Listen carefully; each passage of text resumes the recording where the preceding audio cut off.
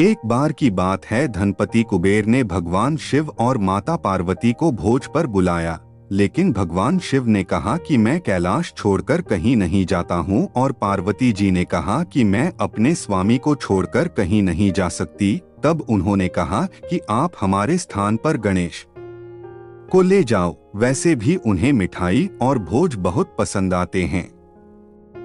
तब कुबेर गणेश जी को अपने साथ भोज पर ले गए।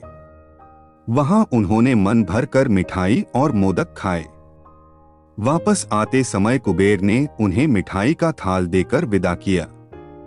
लौटने समय चंद्रमा की चांदनी में गणेश जी अपने चूहे पर बैठकर आ रहे थे, लेकिन ज्यादा खा लेने के कारण बड़ी ही मुश्किल से अपने आप को संभाल पा रहे थे।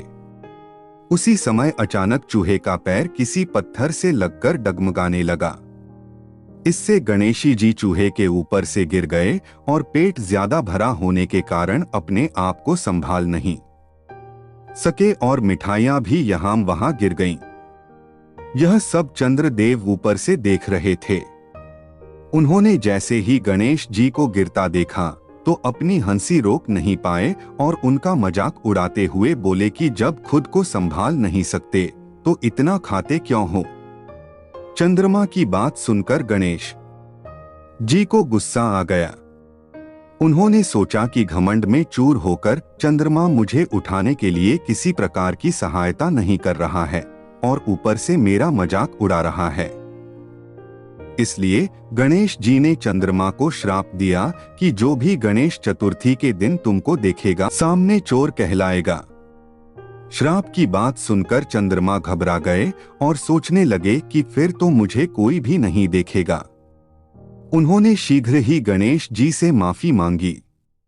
कुछ देर बाद जब गणेश जी का गुस्सा शांत हुआ तब उन्होंने कहा कि मैं श्राप तो वापस नहीं ले सकता, लेकिन तुमको एक वरदान देता हूं कि अगर वही व्यक्ति अगली गणेश चतुर्थी को तुमको देखेगा तो उसके ऊपर से चायर होने का श्राप उतर जाएगा। तब जाकर चंद्रमा की जान में जान आई। इसके अलावा एक और कहानी सुनने में आती है कि गणेश जी ने चंद्रमा को उनका मजाक उड़ाने पर श्राप दिया था कि वह आज के बाद किसी को दिखाई नहीं देंगे।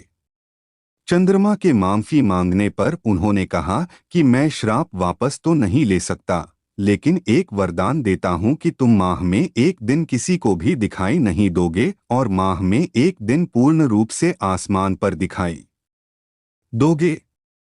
बस तभी से चंद्रमा पूर्णिमा के दिन पूरे दिखाई देते हैं और अमावस के दिन नजर नहीं आते।